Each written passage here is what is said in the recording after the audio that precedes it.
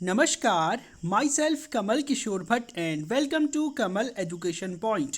Russia और China का घेराव किया जा रहा है वेस्टर्न वर्ल्ड के द्वारा, यानी कि यूरोप के द्वारा और यूएस के द्वारा। और इसी वजह से आप देख पा रहे होंगे कि रशिया और चाइना आजकल लगातार क्लोज आ रहे हैं। और एक तरह से इनके जो पॉलिटिशियंस हैं यहाँ के, इनके बयानों से ऐसा लगता है कि रशिया और चाइना बिल्कुल जैसे एक दूसरे के लिए ही बने हैं। रशिया के प्रेसिडेंट व्लादिमीर पुतिन अक्सर कहा करते हैं कि शी जिनपिंग मेरे सबसे अच्छे दोस्त हैं, और चाइना के प्रेसिडेंट शी जिनपिंग कहा करते हैं कि व्लादिमीर पुतिन, जो रशिया यूक्रेन वॉर है, हम इसमें आपके साथ खड़े हैं। अब खड़े हैं का मतलब है कि कहां तक खड़े हैं, किस हद तक खड़े हैं। तो आज के सेशन में इसी के बारे में हम डिस्कस करेंगे कि रशिया और चाइना के बीच एक्चुअल में जो दिख रहा है वो तो बहुत अच्छा दिख रहा है, लेकिन पर्दे के पीछे की कहानी क्या है। जो जियो पॉलिटिक्स होती है, इंटरनेशनल रिलेशंस होते हैं, वो कभी भी हमारे पर्सनल रिलेशंस जैसे नहीं होते। नेशनल इंटरेस्ट को सबसे ऊपर रखा जाता है, और नेशनल इंटरेस्ट क्या रशिया और चाइना दोनों का मैच करता है या नहीं। अगर मैच करेगा तो ही इनके बीच में दोस्ती होगी, अन्यथा जो है कहीं ना कहीं डिस्प्यूट्स यहाँ पर भी होंगे। और जिस तरह की ज्योग्राफी और हिस्ट्री रशिया और चाइना की रही है, उससे कभी भी अंदाजा नहीं लगाया जा सकता कि रशिया और चाइना बिल्कुल एक दूसरे के साथ आएंगे। अभी जो एक दूसरे के साथ आए हैं, ये यूएस और यूरोप की वजह से आए, क्योंकि दोनों के कॉमन दुश्मन एक ही हैं। इस वजह से ये दोनों एक दूसरे के पास आए, अन्यथा कोई भी चांसेस नहीं है। आपको मैं विस्तार से बताऊंगा कि आखिर वो कौन से 3 पॉइंट्स हैं। सबसे पहले ऑब्वियस सी बात है कि किसी भी कंट्री के रिलेशंस वर्तमान में, देखिए हालांकि इतिहास में बहुत कुछ होता है, लेकिन वर्तमान में जो लोग होते हैं उनकी मेंटेलिटी होती है, तो उसी के अनुसार वहाँ के नेता अपनी पॉलिटिक्स करते हैं। तो ऑब्वियस सी बात है कि प्राचीन इतिहास आपका क्या रहा है, इससे बहुत कुछ निर्भर करता है कि आपकी वर्तमान पॉलिटिक्स क्या होगी।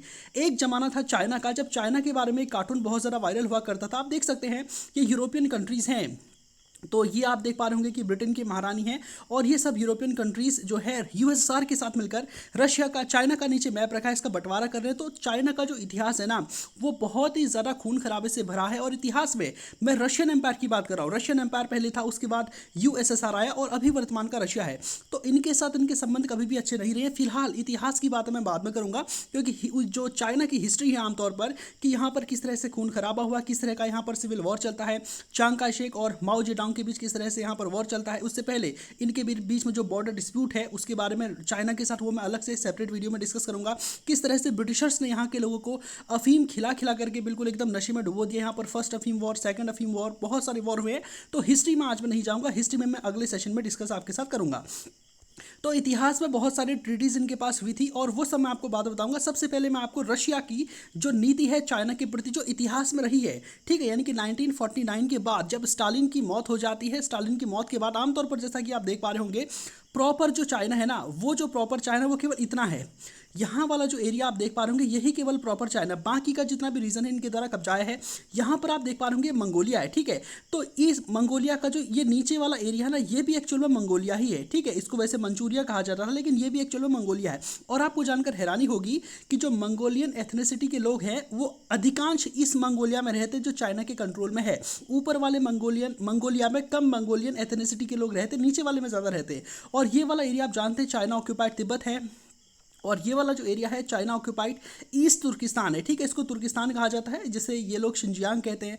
और ये हमारा एक्साई चीन यहाँ पर आप देख पा रहे होंगे, और नीचे का भी पूरा का पूरा जो रीजन है, कहने का मतलब इनका कब्जा है। और यूएसएसआर की नीति होती थी, क्योंकि यूएसएसआर आमतौर पर क्या था कि कहीं ना कहीं जो यूएस है और यूएसएसआर, इन दोनों के बीच में कोल्ड वॉर चल रहा था। और कोल्ड वॉर के दौरान आप जानते हैं कि 1971-72 में जब यूएस और चाइना के संबंध स्थापित होते हैं, तो उसके बाद कहीं ना कहीं जो यूएसएसआर है उसने एक कॉन्सेप्ट दिया कि देखो बेटा चाइना, जो तुम्हारा इतिहास था, जैसे तुम इतिहास में थे वैसे ही हम तुमको तोड़ के रख देंगे। ये वाला जो तुम्हारा एक्चुअल जो चाइना है, ये केवल तुम्हारा इतना रहेगा, बाकी का सारा इलाका हम तुमसे हड़प लेंगे, ठीक है। ये वाले को अलग करके हम ईस्ट तुर्किस्तान बना देंगे, नीचे का जो तिब्बत है इसको अलग कर देंगे, और ये जो ऊपर वाला मंगोलिया का जो एरिया तुमने कब्जा किया, ये भी तुमसे अलग कर देंगे, तुमको बस इतना ही छोड़ेंगे। तो इस वजह से कहीं ना कहीं यूएसएसआर के साथ इनके बहुत सारे जो डिप्लोमेटिक रिलेशंस थे वो बहुत अच्छे नहीं थे। अब हम आगे वर्तमान की बात करते हैं कि आखिर क्यों मैं ऐसा बोल रहा हूँ कि रशिया और चाइना की जो दोस्ती है, ये सिर्फ और सिर्फ इनका जो दुश्मन है वो कॉमन होने की वजह से ये बहुत लंबे समय तक नहीं चलेगी। क्यों? क्योंकि रशिया और चाइना के बीच में जो डिस्प्यूट्स है ना, सबसे पहले हम इनको डिस्कस कर लेते हैं। तो वर्तमान में इनके बीच में 3 डिस्प्यूट चल रहे हैं, एक है फार ईस्ट और एक है सेंट्रल एशिया और एक है द आर्कटिक। अब आप सोच रहे होंगे क्या मतलब है इसका, फार ईस्ट, सेंट्रल एशिया और द आर्कटिक, इसका क्या मतलब है? देखिए, सबसे पहले अगर मैं आपको बताऊं तो रशिया का जो फार ईस्ट वाला रीजन है, एक एक करके मैं तीनों पॉइंट को आपके सामने डिस्कस करूंगा, उसके बाद आप बहुत अच्छे से इसको समझ पाएंगे। ये जो रशिया का जो रीजन है ना, ये रशिया का आप मैप यहाँ पर देख पा रहे होंगे, ये वाला रशिया प्रॉपर है, यहाँ तक भी पूरा का पूरा रशिया है, ठीक है। इस वाले एरिया को रशिया का फार ईस्ट रीजन कहा जाता है, ये यहाँ नीचे तक है, ठीक है।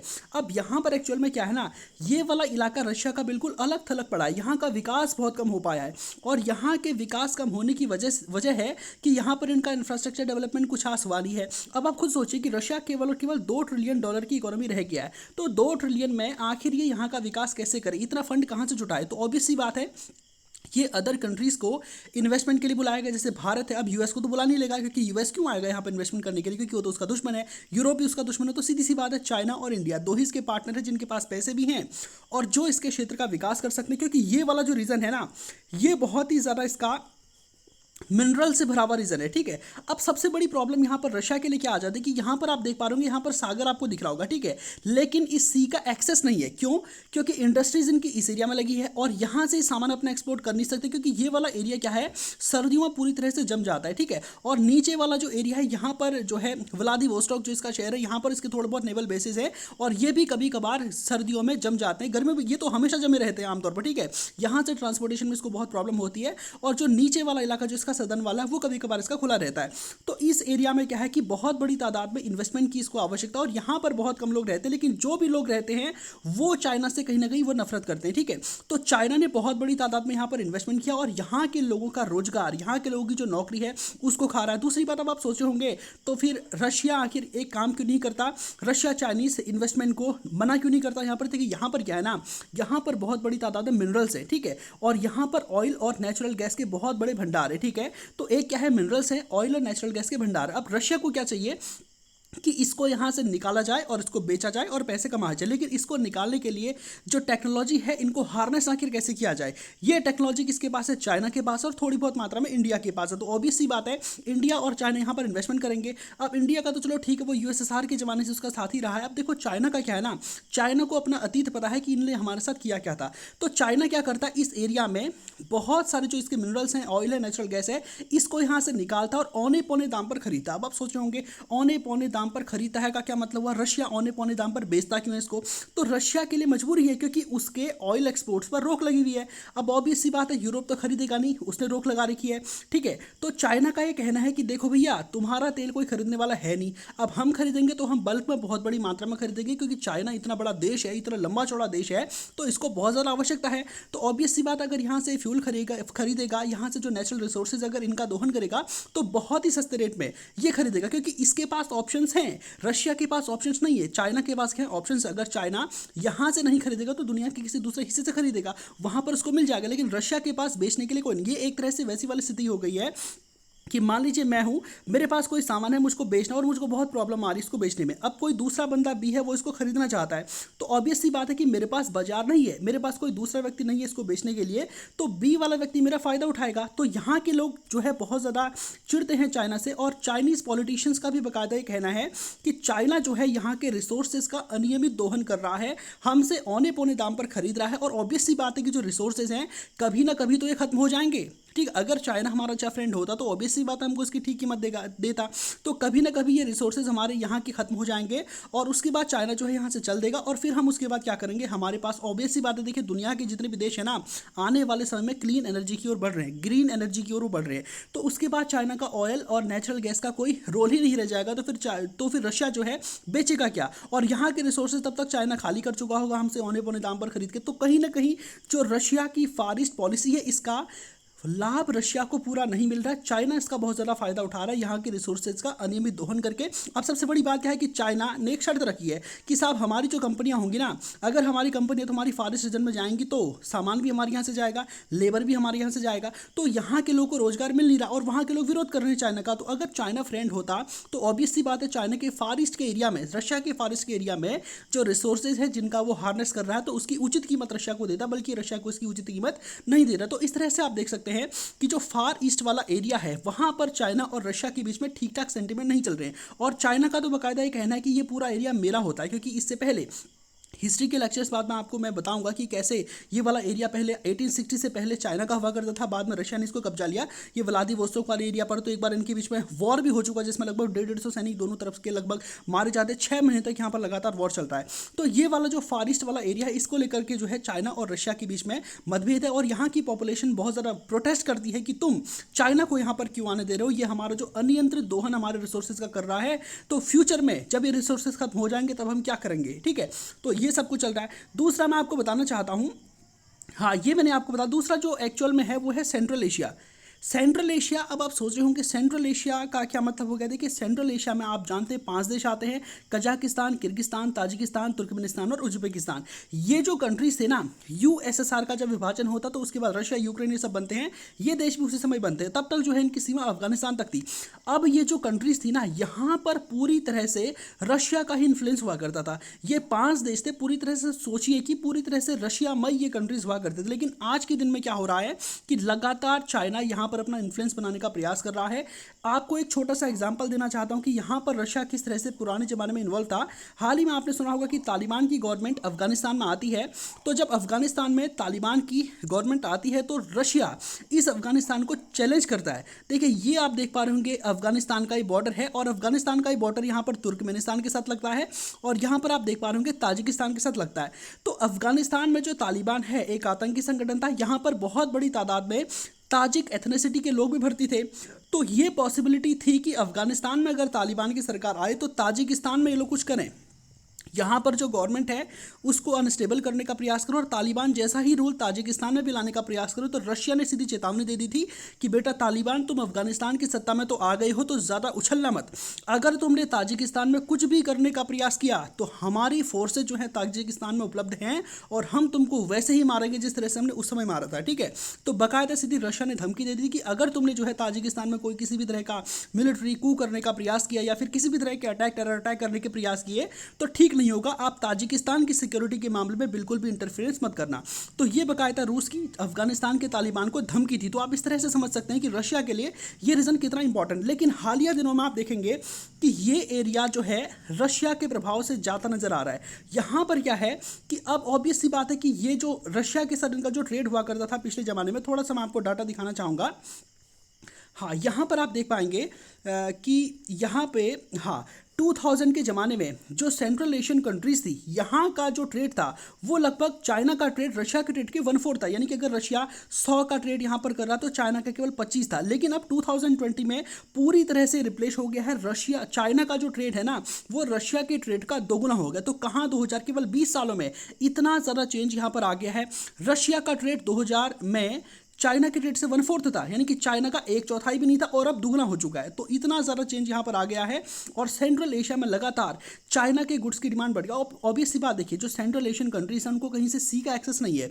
अब उनको अपना सामान बेचना है सेंट्रल एशियन कंट्रीज़ को, तो ऑब्वियस सी बात है उनको कोई बड़ा बाजार चाहिए होगा। चाइना ने बोला भाई साहब हमारे बाजार है, अपने दरवाजे बिल्कुल चाइना ने ओपन कर लिए। और ऑब्वियस सी बात है कि देखिए जो सेंट्रल एशियन कंट्रीज़ है ना, ये बहुत बड़ी तादाद में सामान चाइना को भेज रही हैं। अब चाइना इनका क्या है, ग्राहक है। अब कोई भी देश अपने ग्राहक को थोड़ा ना संतुष्ट करेगा। अब इन देशों का व्यापार रशिया के साथ घट गया है, चाइना के साथ बढ़ गया है। तो ऑब्वियस सी बात है कि चाइना के साथ बिजनेस अगर इनका बढ़ गया तो ये लोग चाइना के इन्फ्लुएंस पाएंगे। बाकायदा यहाँ पर आप देखेंगे कि ये थोड़ा सा मैं आपको ग्राफिक्स यहाँ पर दिखाना चाहूँगा कि ये 2000 के ज़माने में इस मैप में आप देख पा रहे होंगे जो भी यहाँ पर ब्लू कलर का एरिया है वो एक तरह से पूरी तरह से रशियन इन्फ्लुएंस का एरिया था। तो 2020 तक आते आते आप देखेंगे कि ब्लू यहाँ पर पूरा था, यहाँ पर ब्लू तो पूरा खत्म हो चुका है, ब्लू तो बिल्कुल है ही नहीं, उल्टा रेड भी हो गया है। यहाँ पर आप जो ग्राफिक्स दे पा रहे होंगे ये ब्लू वाला जो है ये रशियन का है, और जैसे जैसे ये रेड होता जा रहा है इसका मतलब क्या है कि इस एरिया में चाइना का इन्फ्लुएंस जो है लगातार बढ़ता जा रहा है। तो ये जो है ब्लू था, यहाँ पर ब्लू तो पूरा गायब हो गया, बाकायदा रेड हो गया। देखिए ये तुर्कमेनिस्तान है, ये पूरा का पूरा चीन के कंट्रोल में जा चुका है। तो जो सेंट्रल एशिया चाइना की ताकत थी, इनके साथ इन्होंने फ्री ट्रेड एग्रीमेंट कर रखा था, पूरी तरह से चाइना के कंट्रोल में चला गया। ताजिकिस्तान सॉरी ये जो तुर्कमेनिस्तान है यहाँ से तो बाकायदा जो चाइना है वो बहुत बड़ी तादाद में नेचुरल गैस को परचेज कर रहा है। अब आप सोच रहे होंगे ये कैसा मतलब हुआ, जो चाइना है वो ताजिकिस्तान से क्यों परचेज कर रहा है। जैसा कि अभी मैंने थोड़ी देर पहले बताया कि जो रशिया का फार ईस्ट रीजन है ठीक है, वहां पर तो बहुत बड़ी तादाद में ऑयल और नेचुरल गैस के भंडार है, और वहां से रशिया की डिस्टेंस और चाइना की डिस्टेंस भी बहुत कम पड़ती है। तो फिर चाइना यहां से क्यों गैस खरीदता है? देखिए, यहां से गैस खरीदने का कारण यही है कि इन एरियाज को अपने इन्फ्लुएंस में लिया जाए। अगर मान लीजिए तुर्कमेनिस्तान को से गैस खरीदता है तो सीधी सी बात है कि तुर्कमेनिस्तान इसके प्रभाव में आ जाएगा। ठीक है, तुर्कमेनिस्तान इस पर डिपेंडेंट हो जाएगा, तो सीधी सी बात है कि रशिया का प्रभाव यहाँ पर कम हो जाएगा, और जो सेंट्रल एशियन कंट्रीज है यहाँ पर चाइना का इन्फ्लुएंस बहुत बड़ी तादाद में बढ़ेगा। तो तुर्कमेनिस्तान तो पूरा ही लाल हो चुका है, यानी कि ये पूरा का पूरा क्या है, चाइना के कंट्रोल में है। और अब चाइना, ध्यान रखिएगा, ये जो पांचों सेंट्रल एशियन कंट्रीज हैं, रशिया ने इनको जिम्मेदारी दी थी कि तुम बिल्कुल बढ़िया तरीके से ट्रेड करो, हम तुम्हारी सिक्योरिटी की जिम्मेदारी लेते हैं, अगर कोई बाहरी शक्ति तुम पर आक्रमण करती है तो हम तुम्हारी रक्षा करेंगे। लेकिन अब ताजिकिस्तान ने क्या कर दिया है, चाइना का एक तरह से बेस, चाइना ने अपना एक बेस जो है वहां पर ओपन कर दिया, जिससे रशिया काफी नाराज है। रशिया का कहना है कि तुमको ये सब करने की जरूरत ही क्या है, हमने तुमको गारंटी दी है कि तुम्हारी सिक्योरिटी हम करेंगे, कोई तुम पर अटैक करेगा। अब जैसा कि रशिया यूक्रेन वॉर के बीच में ये देश देख रहे हैं कि रशिया बहुत कमजोर हो चुका है, तो ये सारे के सारे देश अब कहाँ की ओर मुड़ गए, चाइना की ओर मुड़ गए, जिससे रशिया क्या है, बहुत ज्यादा परेशान है। तीसरा और सबसे महत्वपूर्ण जो कारक है वो क्या है कि जो आर्कटिक ओशन है। अब आप सोचे होंगे कि आर्कटिक ओशियन का चाइना से क्या रिलेशन, देखिए यही वाली बात है। ठीक है, और यही बात रशिया को बहुत ज़्यादा परेशान कर रही है। रशिया का जो 1/5 एरिया है ना, इतना बड़ा जो मैप में आपको दिख रहा है, इसका लगभग 1/5 एरिया इस आर्कटिक ओशियन के अंदर आता है। अब आप जानते हैं कि समुद्रों पर तो इसका नियंत्रण होता नहीं है, तो यहां पर क्या है कि चाइना लगातार आर्कटिक ओशन में अपना इन्फ्लुएंस बनाने का प्रयास कर रहा है। चाइना का कहना है कि देखो साहब, हम आर्कटिक ओशन में तो नहीं है, इसकी वजह हमारी ज्योग्राफी है, तो इसका यह मतलब नहीं होता कि हमारा आर्कटिक ओशन में प्रभुत्व कम हो जाता है। देखिए, इनका साफ साफ कहना है कि हम एक काम करते हैं ना, आर्कटिक ओशन में बहुत सारी कंट्रीज हैं, ठीक है, इनमें से कोई तो देश होगा जो हमको अपनी जमीन बेच देगा, तो हम इनमें से किसी देश से लैंड परचेज कर लेंगे और फिर हम भी आर्कटिक ओशन कंट्री हो जाएंगे, और जो आर्कटिक ओशन में जो भी अधिकार आर्कटिक ओशन कंट्रीज के हैं वो अधिकार हमारे भी हो जाएंगे। अभी हम नीचे हैं तो वो ज्योग्राफी की वजह से है। हम फ्यूचर में आने वाले समय में कोई ना कोई आर्कटिक कंट्री ऐसी होगी जिससे हम आर्कटिक ओशन में लैंड परचेज करेंगे, फिर हमारे भी अधिकार वही हो जाएंगे जो रशिया, कनाडा, यूएस इनके हैं। अब देखो, इसमें यूएस भी चाइना का विरोध कर रहा है, रशिया भी चाइना का विरोध कर रहा है। यूएस का कहना है कि तुम जमीन नहीं खरीद सकते आर्कटिक ओशन में। अब यहां पर चाइना रशिया को कहता है और यूएस को भी कहता है कि तुम जो है ना हमको मत सिखाओ, तुम्हारा जो अलास्का वाला रीजन है ना वो तुमने चाइना से ही, सॉरी, वो तुमने रशिया से ही परचेज किया। तो जब यूएस रशिया से इसी आर्कटिक ओशन में अलास्का का एरिया परचेज करके खुद को आर्कटिक ओशन कंट्री बना सकता है, तो हम कनाडा से या फिर किसी और कंट्री से आर्कटिक ओशन में जमीन खरीद के अपने अधिकारों को आर्कटिक ओशन में सुरक्षित क्यों नहीं रख सकते। और इसको लेकर रशिया बहुत ज़्यादा नर्वस है। बाकायदा हाल ही में आपने सुना होगा पुतिन के कई सारे स्टेटमेंट इस मामले को लेकर आ चुके हैं कि रशिया, चाइना जो है वो आर्कटिक ओशन में अपनी गतिविधियों को ना बढ़ाए। आर्कटिक ओशन जो है पूरी तरह से रशिया चाहता है कि इसको वो अपने इन्फ्लुएंस में रखे। हाल ही में आपको पता होगा कि चाइना का एक तरह से एक साइंटिफिक वेसल इस आर्कटिक ओशन में शोध करने के लिए गया था, जिसको रशिया ने ब्लॉक कर दिया था और उसको वापस भेज दिया था। तो आर्कटिक ओशन में लगातार चाइना अपना प्रभुत्व बनाने का प्रयास कर रहा है। चाइना चाहता है कि हम अपनी एक पोलर सिल्क रोड जो है यहाँ पर साबित करें, और बाकायदा जो है इस मामले को लेकर बहुत ज़्यादा विवाद यहाँ पर चल रहा है। और मल्टीलेटरल आर्कटिक काउंसिल, इसमें चाइना चाहता है कि मैं एक तरह से ऑब्जर्वर स्टेट मेरे को मिले और कुछ दिनों बाद मैं परमानेंट मेंबर इसका बन जाऊँ, और रशिया इसका भी विरोध कर रहा है। हालांकि अभी ये पॉसिबल तो नहीं है, क्योंकि अभी यूएस और यूएसएसआर दोनों जो है चाइना का विरोध कर रहे हैं। ठीक है, और रशिया ने जो है, मैं जैसा मैं आपको बता चुका हूं कि यहाँ पर एक वेसल था इनका, उसको भी उसने ब्लॉक किया था। तो ये सब कुछ चल रहा है। अब आप सोच रहे होंगे कि थोड़ा सा मैं आपको एक बात और बताता हूँ चाइना और रशिया के बारे में। ठीक है, चाइना की जीडीपी आप देख पा रहे हैं कि सीधा ऊपर को जा रही है, और ये आईएमएफ का एस्टिमेट है कि जो चाइना की जीडीपी है ना वो लगभग 30 ट्रिलियन को पार कर जाएगी 2027-28 तक, और रशिया की 2 ट्रिलियन। ठीक है, 2 ट्रिलियन। अब कहाँ 2 ट्रिलियन और कहाँ 33 ट्रिलियन। ठीक है, तो इससे आप समझ पा रहे होंगे कि रशिया चाइना से कितना कमजोर हो चुका है। रशिया बेचारा सीधा यहाँ जा रहा है आगे को, और चाइना ऊपर को बढ़ता जा रहा है। तो कहाँ बढ़ने वाला और कहाँ आगे वाला, तो ऑब्वियस सी बात है कि चाइना की कोई, रशिया की कोई हैसियत इनके सामने नहीं है। और अब यहाँ पर देखिए ट्रेड भी इन दोनों का ऐसा नहीं है कि बिल्कुल बैलेंस्ड है, इम्बैलेंस है। ठीक है, इसके अलावा मिलिट्री एक्सपेंडिचर की बात करें तो ये आप जो ग्राफिक्स देख पा रहे होंगे, सबसे पहले इस तरफ वाले की बात करते हैं, रशिया और चाइना। चाइना का जो रेड में आपने देखा होगा इतना ज़्यादा है, और रशिया का केवल इतना है। अब आप चाइना की तुलना में रशिया का देखो कितना कम है। ठीक है, अब ऐसे अगर आप नाटो का देखते हो, ये पूरा नाटो का, तो नाटो के सामने तो ये बिल्कुल बोना ही दिख रहा है, और नाटो में भी यूएस का पूरा इतना है। तो यूएस के सामने चाइना भी बोना है, यूएस के सामने रशिया भी बोना है, और चाइना के सामने तो रशिया बहुत ही नीचे है। ठीक है, तो ये इसका है। तो कहने का मतलब है कि देखिए अब रशिया के सामने स्थितियां क्या आ गई है ना, अब वो पुराने जमाने का यूएसएसआर या फिर रशियन एम्पायर नहीं रहा है। ठीक है, जो कभी ना कभी चाइना पर एक तरह से अपना इन्फ्लुएंस रखता था, अब वो नहीं रहा है। ठीक है, अब चाइना, अब जमाना बदल गया, अब चाइना ऊपर है और रशिया नीचे है। तो अब यहाँ पर आप देख पा रहे होंगे कि यूएसएसआर, ठीक है, सॉरी यूएसएसआर कहाँ आ गया, एक तो रशिया है, ठीक है, और एक मैं देख पा रहा हूँ चाइना है, ठीक है। अब इन दोनों के रिलेशंस किस वजह से क्लोज आए, क्योंकि यूएस और वेस्ट इनके खिलाफ है। जैसे ही रशिया के रिलेशन यूएस के साथ अच्छे होंगे, रशिया के रिलेशन वेस्ट के साथ अच्छे होंगे, तो ऑब्वियस सी बात है कि चाइना इससे दूर हो जाएगा। क्यों? आने वाले समय में आप देखेंगे जियो पॉलिटिक्स को बदलने में बहुत ज़्यादा देर नहीं लगता है। कैसे कैसे दुश्मन एक हो जाते। अभी तो आपको दिख रहा है ना कि रशिया और यूक्रेन के बीच में वॉर चल रहा है। आपको पता होगा कि ये चाइना के साथ तो यूएस के रिलेशंस बिल्कुल भी थे ही नहीं। 1972 तक तो ताइवान को जो है रशिया चाइना एक तरह से चाइना मानता था, इसको तो मानता ही नहीं था बिल्कुल भी। आपको देखा होगा कि 1969 में सोवियत यूनियन और चाइना के बीच में कॉन्फ्लिक्ट होता है और चाइना बहुत ही मजबूती के साथ लड़ता है, तो उसके ठीक 2 साल के बाद वही देश जो यूएस का सबसे दुश्मन था उसके चाइना को जो है वो मान्यता दे देता अपने आप पे, ठीक है। तो जियो पॉलिटिक्स को बदलने में बिल्कुल भी देरी नहीं लगती। ऑब्वियस सी बात है, रशिया और चाइना के इंटरेस्ट कहीं भी मैच नहीं होते हैं, ठीक है। अभी तो वो एक हैं, वो एक इसलिए हैं क्योंकि यूएस और वेस्टर्न वर्ल्ड रशिया के खिलाफ है और चाइना के भी खिलाफ है, तो दुश्मन दोनों के कॉमन है, इस वजह से एक है। अन्यथा इनके जो इंटरेस्ट हैं वो बिल्कुल भी मैच नहीं करते हैं। इन दोनों की जो पब्लिक है हिस्टोरिकली एक दूसरे का विरोध करती है, एक दूसरे को पसंद नहीं करती है। और यहाँ पर आप आने वाले समय में देखेंगे कि पुतिन को ज़्यादा मुंह नहीं लगाने वाले हैं शी जिनपिंग, और बाकायदा यहाँ के पॉलिटिशियंस भी इस बात को कहते हैं कि जब कभी भी हम चाइना में जाते हैं, यात्रा करते हैं, तो चाइना के जो पॉलिटिशियंस हैं वो बहुत ज़्यादा हमको मुंह नहीं लगाते हैं वहाँ पे, ठीक है।